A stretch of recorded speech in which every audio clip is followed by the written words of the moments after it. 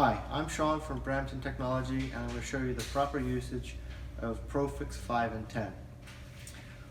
One of the things you're going to have to realize with 5 and 10, you only have a 5-minute work life. So you have to move fairly quickly, so have everything prepared before you cut the tips off and squirt the amount of epoxy you're going to need. You should have your tip of your golf club pre-prepared, so it should be roughed up and the chrome should be abraded so you can see it's nice, it's not shiny.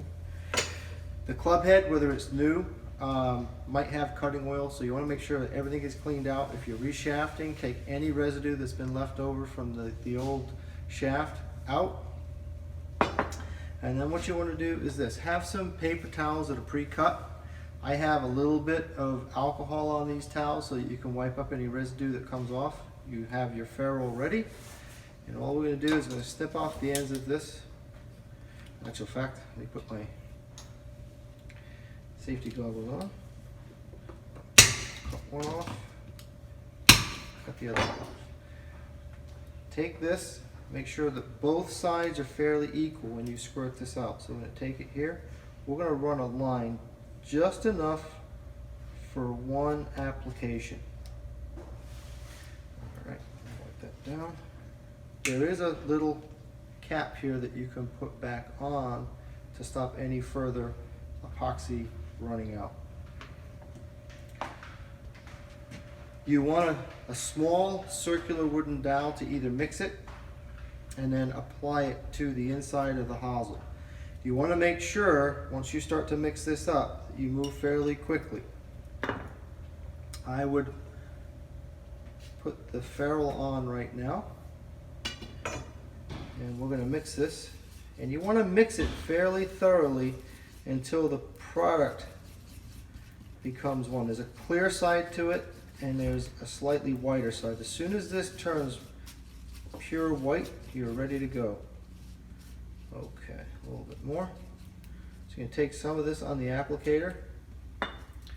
You're going to push and twist so that you get the entire hosel completely filled with epoxy on all the walls.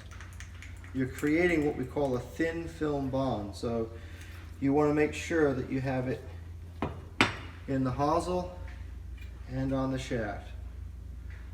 Okay, just wipe it all the way around. I don't suggest using much more than, or putting out much more than one application per time. You want to see how I'm working the ferrule up and down on the shaft, just making sure that there's a little bit of epoxy so it won't creep off. You can take it in, insert it, and then as you push it in, kind of work the epoxy in. Should be in there pretty good. You take your little towelette and you're going to wipe it. And then sometimes there's logos. You want to realign it to the logo is correct, and then leave it on your bench to set up. This is a mistake a lot of people do. They leave it here, and then 3 minutes later they come back and they twist it. Oh, is it good?